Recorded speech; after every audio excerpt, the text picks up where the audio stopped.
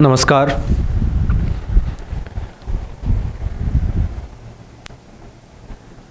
आज की क्लास में हम शुरू करते हैं। पिछली क्लास में राष्ट्रपति के बारे में चर्चा हो रही थी। भारत का राष्ट्रपति, प्रेसिडेंट ऑफ इंडिया, इनके बारे में कुछ बातें हमने कर ली थी। जिस प्रकार से कि ये भारत में शासन का औपचारिक प्रमुख हैं, वास्तविक प्रमुख होते हैं, शासन का अध्यक्ष होते हैं, राज्याध्यक्ष हैं राष्ट्रपति, और शासनाध्यक्ष होते हैं प्रधानमंत्री, जो संसदात्मक शासन व्यवस्था है उसके अंतर्गत। अब बात करते हैं हम, जैसे इसमें आर्टिकल हमने 52 से संबंधित चर्चा की थी कि भारत का एक राष्ट्रपति होगा। उसके बाद में हमने 53 की चर्चा की थी थोड़ी सी, कि भारत की कार्यपालिका शक्तियाँ जो भी हैं वो राष्ट्रपति में निहित होंगी। इसकी डिटेल चर्चा बाद में आर्टिकल ये 74 से संबंधित करेंगे, उस टाइम एक साथ में कर लेंगे। उसके बाद में 54 में निर्वाचन मंडल की बात की थी हमने। भारत का राष्ट्रपति का निर्वाचन मंडल में कौन कौन सदस्य होते हैं। बात आगे चल रही थी निर्वाचन पद्धति की। ये भी पूरी नहीं हुई थी, बीच में हमने कुछ जानकारी दी थी, क्लास लंबी ना हो इसके लिए इसको पेंडिंग छोड़ दिया था। आज निर्वाचन पद्धति से संबंधित जो बातें रहेगी उनमें करेंगे, जिसमें हमने कोटा निकालने का लिख लिया था। अनुपातिक प्रतिनिधित्व की एकल संक्रमणीय मत पद्धति काम में ली जाती है, ये बातें हो गई थी। इसके बाद में जो वोटिंग की जाती है उसमें वरीयता क्रम निर्धारित किया जाता है, प्रेफरेंस दी जाती है, ये बातें हमने कर ली थी। और उसके बाद में काउंटिंग किस प्रकार से की जाती है उसकी बातें भी हमने कर ली थी, कि जब वोटों की गिनती करते हैं तो उस समय किस प्रकार से किया जाता है, ये बातें कुछ हमने कर ली थी। इसके बाद में अगला आता है कार्यकाल का। निर्वाचन पद्धति अभी पूरी नहीं हुई है, कार्यकाल से संबंधित बातें आ जाएंगी। और 57 में आ जाती है पुनर्निर्वाचन।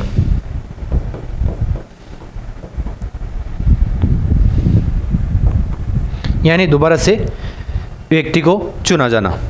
ये बातें आज की क्लास में करेंगे निर्वाचन पद्धति से संबंधित। उसके बाद में हो सकता है 58 के अंतर्गत जो योग्यता होती है उसकी भी बात कर लें। 59 में जितने जैसे भी क्लास होगी उससे संबंधित कर लेंगे। इसके पद पर रहते कुछ शर्तें होती हैं, उनकी बातें करेंगे। आर्टिकल 60 में शपथ से संबंधित, राष्ट्रपति को शपथ दिलाने का काम होता है वो।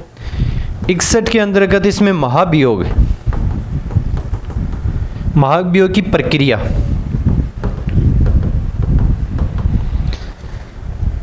महाभियोग की प्रक्रिया से संबंधित बात 61 में कही गई है। और उसके बाद में 62 में यदि किसी कारण से राष्ट्रपति का पद की रिक्ति होती है, पद रिक्त होता है, तो उस समय निर्वाचन कितने दिन में करवाया जाएगा, किस प्रकार से होगा, उसकी बातें की हुई आएंगी बाद में।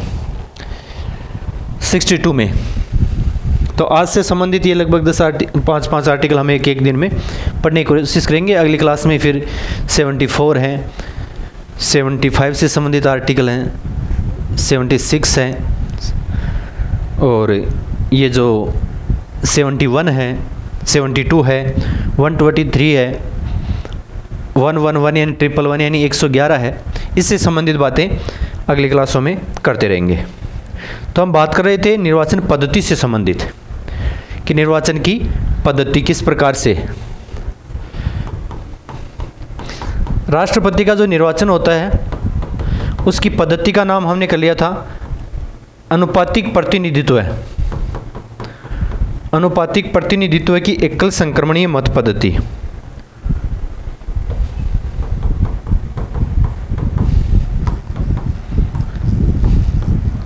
सिंगल ट्रांसफरेबल वोट सिस्टम, एकल संक्रमणीय मत पद्धति।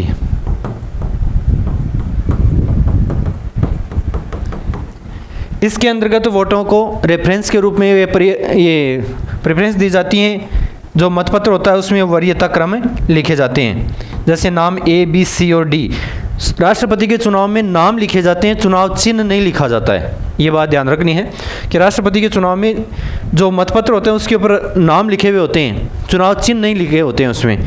उसके आगे वरीयता क्रम लिखना होता है इस प्रकार से, यानी किस प्रकार से आप वोट कर रहे हैं। वरीयता क्रम लिखने से आगे वोटों का ट्रांसफर किया जा सकता है। अब कई बार कुछ लोग वरीयता क्रम नहीं लिख पाते हैं, तो उसमें क्या होता है कि वरीयता क्रम नहीं लिखने से अनुपातिक प्रतिनिधित्व की एकल संक्रमणीय मत पद्धति और जो दूसरी होती है फर्स्ट पास्ट द पोस्ट है,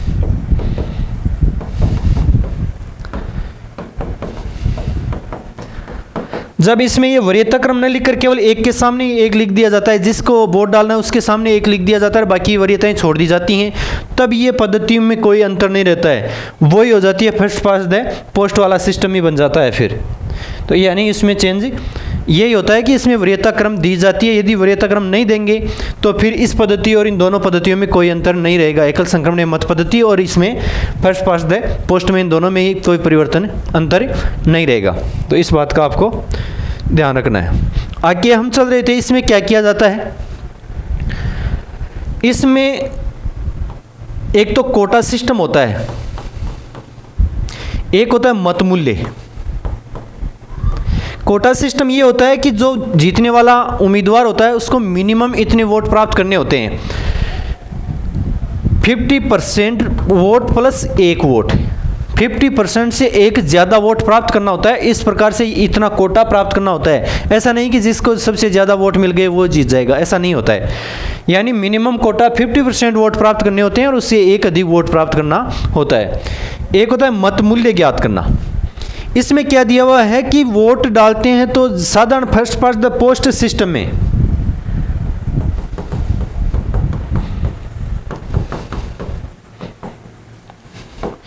देखो ज़्यादातर ये पद्धति काम में ली जाती है, इस वजह से समझ में आ जाती है। ये वोटिंग करते हैं तो ये पद्धति ज़्यादा काम में लेने की वजह से इजी वे में समझ में आ जाती है।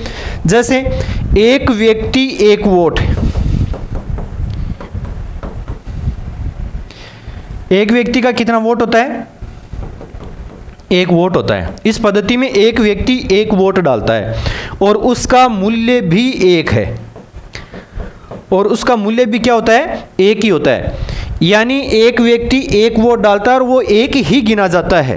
इसको पद्धति में ये काम है first past the post system में, एक व्यक्ति को द्वारा एक ही वोट डाला जाता है और उसका मूल्य भी एक ही होता है। जबकि इस अनुपातिक प्रतिनिधित्व की जो राष्ट्रपति के लिए जो काम में ली जाती है उसमें चेंज है।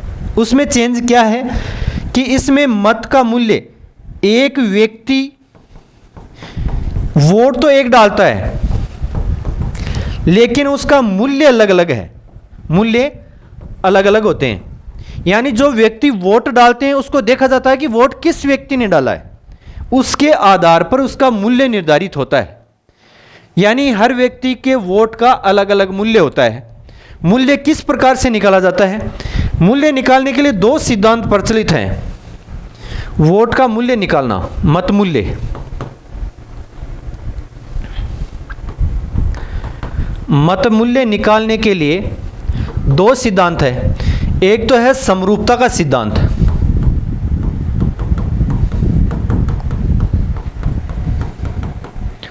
और एक होता है समतुल्यता का सिद्धांत।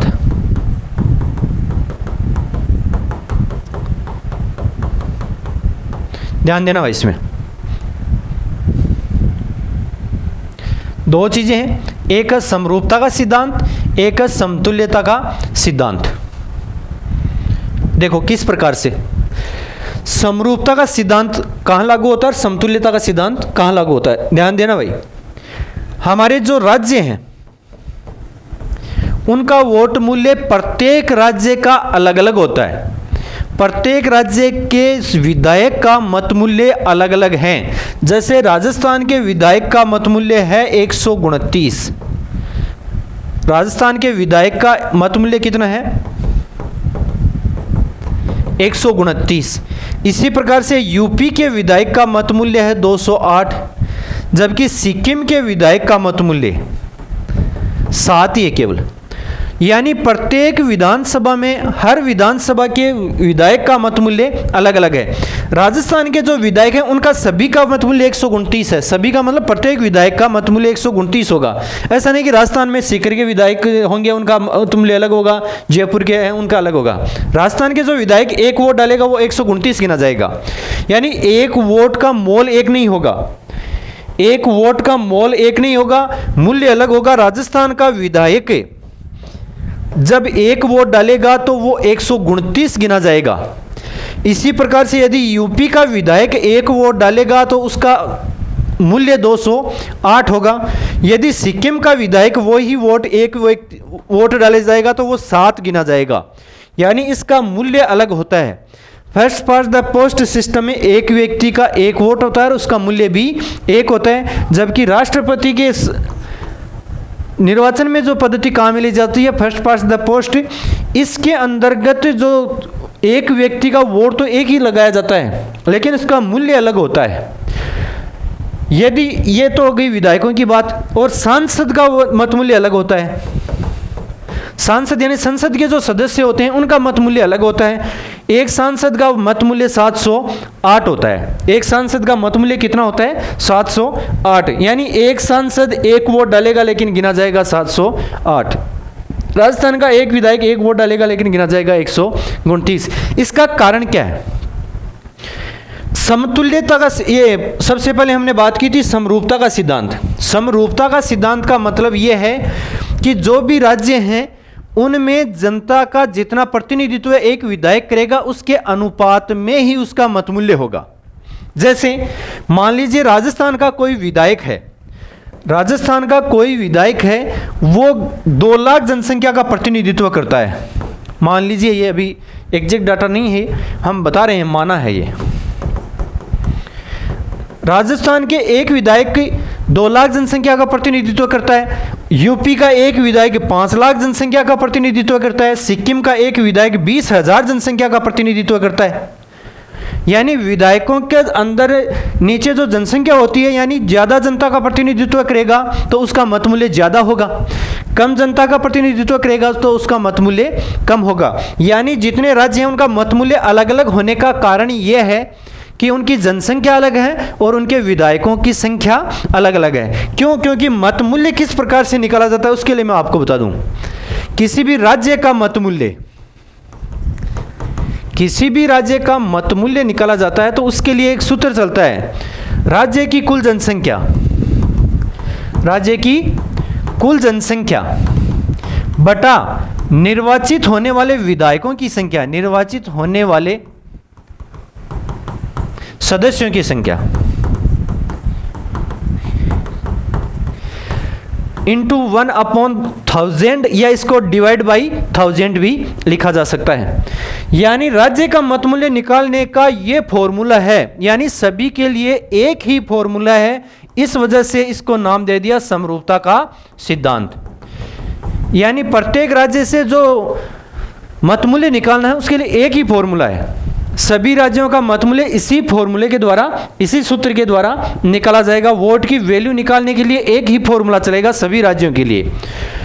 राज्य का मत मूल्य निकालना है तो राज्य की जनसंख्या अपॉन राज्य में निर्वाचित होने वाले सदस्यों की संख्या, यानी कितने विधायक निर्वाचित होंगे। जैसे राजस्थान के विधायकों की संख्या होगी 200, तो 200 से डिवाइड कर दिया जाएगा और जो संख्या आएगी उसको फिर 1000 से डिवाइड कर दिया जाएगा। ये आ जाएगा इसका मत मूल्य।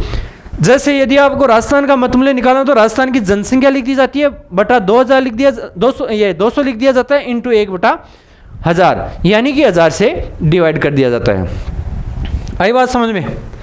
अब राज्य की जनसंख्या निकालने का एक तरीका और है कि राजस्थान की जनसंख्या किस प्रकार से लिखेंगे, कौन सी जनसंख्या लिखेंगे। तो इसके लिए देर का है कि 2026 तक जो भी राष्ट्रपति के चुनाव होंगे उसमें जनसंख्या 1971 वाली ही गिनी जाएगी। 2026 तक जो भी राष्ट्रपति के चुनाव होने हैं उनमें जनसंख्या कौन सी काम में ली जाएगी? 1971 की जो जनसंख्या है वो काम में ली जाएगी। इसका एक कारण है, 2001 या 2011 की जनसंख्या काम में क्यों नहीं ले रहे हैं? क्योंकि लास्ट काउंटिंग 2011 में हो चुकी है। 2011 की जनसंख्या काम में लेनी चाहिए थी, लेकिन इसका एक कारण ये है कि दक्षिणी जो राज्य हैं उनमें जनसंख्या कम वृद्धि हो रही है और उत्तरी राज्यों में जनसंख्या की वृद्धि तीव्र गति से हो रही है। इस वजह से इस प्रतिनिधित्व में कोई कमी ना आए, दक्षिण राज्य अपने आप को उपेक्षित महसूस ना करें, इसलिए जनसंख्या को स्थिर मान लिया 1971 से। 1971 वाली जनसंख्या को ही आधार मान लिया है। यदि अब की जनसंख्या लिखेंगे तो दक्षिण राज्यों का प्रतिनिधित्व है कम होता है, यानी दक्षिण राज्यों का वोट मूल्य कम हो जाता है, इस वजह से ये 1971 का रखा गया है। अब यदि संविधान में संशोधन किया जाएगा तो जनसंख्या का आधार चेंज किया जा सकता है। आगे देखो, यह है समरूपता का सिद्धांत का मतलब सभी राज्यों में वोट का मूल्य निकालने के लिए एक ही फॉर्मूला है। दूसरा, राज्य का तो वोट मूल्य मत मूल्य निकाल लिया, अब यदि हम सांसद का मत मूल्य निकालें, एक सांसद का मत मूल्य, सांसद का मत मूल्य निकालने के लिए क्या करेंगे, जितने भी राज्य आते हैं उनका कुल मत मूल्य ज्ञात कर लिया जाएगा। कुल मत मूल्य किस प्रकार से ज्ञात किया जाएगा, जैसे राजस्थान में एक विधायक का मत मूल्य 129 है, 129 है, एक विधायक का मत मूल्य कितना है, 129 है। अब यदि इसको फिर विधायकों की संख्या से गुणा कर लेंगे, विधायकों की संख्या कितनी है, 200 है, 129 को 200 से गुणा कर देंगे तो ये कितना हो जाएगा, 2,58,000, 2,58,000, सॉरी इतना नहीं होगा, 2 ही 0 है,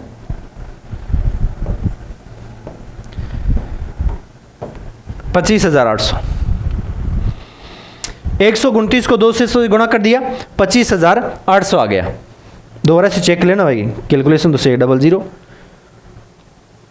25,800, यानी राजस्थान का कुल मत मूल्य कितना हो गया, 25,800। इस प्रकार से प्रत्येक राज्य का मत मूल्य निकाल लिया जाएगा।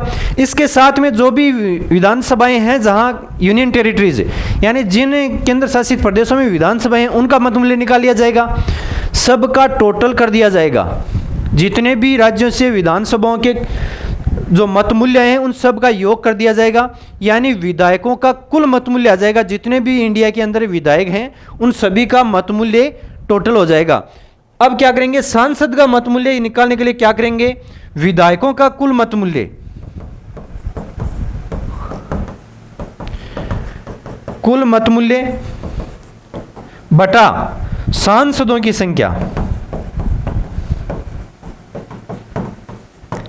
ये निकाल दिया जाएगा। इस प्रकार से जो संख्या आएगी वो 708 आएगी लगभग। सांसदों की जो विधायकों की कुल जितने भी पूरे इंडिया के विधायक हैं उनका मत मूल्य टोटल कर लिया जाएगा और उसमें जो सांसदों की संख्या होगी उसका भाग दे दिया जाएगा और क्या आ जाएगा, एक सांसद का मत मूल्य आ जाएगा। अब देखो कैसे निकालेंगे, सांसदों की संख्या कितनी है, लोकसभा के सदस्य, राज्यसभा के सदस्य, लोकसभा में 545 थे, पहले 545 थे, एंग्लो इंडियंस को हटा दिया गया है। वर्तमान में इन लोकसभा के सदस्यों की संख्या 543। 543 पहले थी, 545 थी, लेकिन एंग्लो इंडियंस नियुक्त किए जाते हैं, मनोनीत किए जाते हैं, इस वजह से वो राष्ट्रपति के चुनाव में वोट नहीं डालते हैं।